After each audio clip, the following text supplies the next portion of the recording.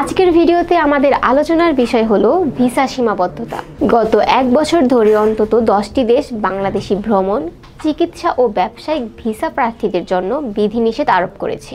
এর ফলে বিদেশগামী ভ্রমণকারী ও অভিবাসী কর্মীরা বিভিন্ন সমস্যার মুখোমুখি হচ্ছেন।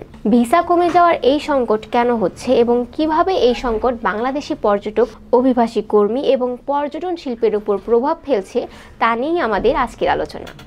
বাংলাদেশি কর্মী ও পর্যটকদের জন্য বেশ কিছু দেশ অনানুষ্ঠানিকভাবে ভিসা বিধিনিষেধ আরোপ করেছে। এসব বিধিনিষেধের কারণে চিকিৎসা, ব্যবসা ও ভ্রমণকারী পর্যটকদের জন্য জটিল পরিস্থিতি তৈরি হয়েছে। ট্যুর অপারেটরদের থেকে জানা যায় বাংলাদেশিরা অতিরিক্ত সময় অবস্থান করেন। এই অভিযোগে কিছু দেশ ভিসা প্রক্রিয়ায় সীমাবদ্ধতা আরোপ করেছে।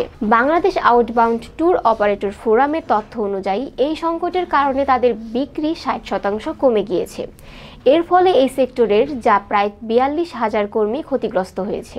ট্যুর অপারেটরদের থেকে জানা যায় বাংলাদেশি পর্যটকদের অন্যতম পছন্দের গন্তব্য ভারতে গত বছরের গণ অভ্যুত্থানে আওয়ামী লীগ সরকারের পতনের পর ভিসা প্রক্রিয়ায় বিধিনিষেধ দেওয়া হয়েছে। ভিসা প্রক্রিয়ায় এই বিধিনিষেধের পেছনে উল্লেখযোগ্য কিছু কারণ রয়েছে। বাংলাদেশি পর্যটকদের অতিরিক্ত সময় অবস্থান এর মধ্যে অন্যতম। দক্ষিণ পূর্ব এশিয়ার দেশগুলো যেমন ভিয়েতনাম, কম্বোডিয়া ও লাওস এই অভিযোগে ভিসা কার্যক্রম বন্ধ করে দিয়েছে। বিওটিওএফ সভাপতি চৌধুরী হাসানুজ্জামান বলেন, ভিয়েতনাম আগে ভিসা দিত, এখন তা বন্ধ করেছে। কম্বোডিয়া ও লাওসও ভিসা স্থগিত করেছে। এর পেছনে মূল কারণ হলো কিছু ব্যবসায়ীরা পর্যটন ভিসার অপব্যবহার করে থাকে। এর ফলে বৈধ পর্যটকদের জন্য সমস্যার সৃষ্টি হয়। অভিবাসী কর্মীরাও ভিসা সীমাবদ্ধতার কারণে অনেক সমস্যায় পড়ছেন। সংযুক্ত আরব আমিরাত, মালয়েশিয়া ও ওমানের মতো দেশগুলোতে বাংলাদেশিদের কর্মসংস্থানের সুযোগ কমে গিয়েছে। ওমানে অবৈধ ভিসা বাণিজ্যের মাধ্যমে অতিরিক্ত শ্রমিক সরবরাহ হচ্ছিল এবং মালয়েশিয়ায় নিয়োগ প্রক্রিয়ায় দুর্নীতি বেড়ে গিয়েছিল। এসব কারণে পরিস্থিতি আরো জটিল হয়েছে। এর ফলে গত এক বছর ধরে বাংলাদেশিদের জন্য এই দুই শ্রম বাজার এক প্রকার বন্ধই হয়ে গিয়েছে। থাই ভিসার ক্ষেত্রেও আবেদনকারীরা জটিলতার মুখোমুখি হচ্ছেন।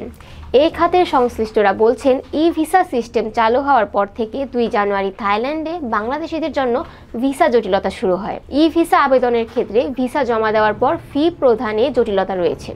এই কারণে ভিসা অনুমোদনে দেরি হয়। বিশেষ করে গ্রুপ ভিসার জন্য অর্থ প্রদান একদমই প্রক্রিয়া করা যাচ্ছে না। ইউরোপীয় দেশগুলোতেও ভিসা সীমিতকরণ করা হয়েছে। এর প্রভাবে তুরস্কে ভ্রমণকারীদের সংখ্যা অনেকটাই কমে গিয়েছে। বিওটিওএফ সভাপতি জানান, ইউরোপীয় ভিসার উপর কঠোর বিধিনিষেধের কারণে তুরস্কে ভ্রমণকারীদের সংখ্যা প্রায় 50% কমে গিয়েছে। তিনি বলেন, ব্যবসায়িক ভ্রমণ, বিশেষ করে যেখানে পোশাক শিল্পের কর্মকর্তারা ক্রেতাদের সঙ্গে দেখা করতেন, সেগুলোর সংখ্যাও কমেছে। আনন্দ ভ্রমণ প্রায় সম্পূর্ণ বন্ধ হয়ে গেছে। এছাড়া কানাডা ও পর্তুগালের মতো দেশগুলো তাদের অভিবাসন নীতি কঠোর করেছে। এর ফলে বাংলাদেশি অভিবাসী কর্মীদের জন্য অনেক চ্যালেঞ্জের সৃষ্টি হচ্ছে। এই পরিস্থিতি থেকে উত্তরণের জন্য বিশেষজ্ঞদের পরামর্শ হলো ভিসা প্রক্রিয়ায় স্বচ্ছতা ও জবাবদিহিতা নিশ্চিত করা। ভিসার অপব্যবহার রোধে কঠোর ব্যবস্থা গ্রহণ করতে হবে। পাশাপাশি আন্তর্জাতিক সম্প্রদায়ের সঙ্গে সমন্বয় বাড়ানো প্রয়োজন। সর্বোপরি ভিসা সীমাবদ্ধতার এই ধাক্কা বাংলাদেশি পর্যটন শিল্প ও অভিবাসী কর্মীদের জন্য একটি বড় চ্যালেঞ্জ।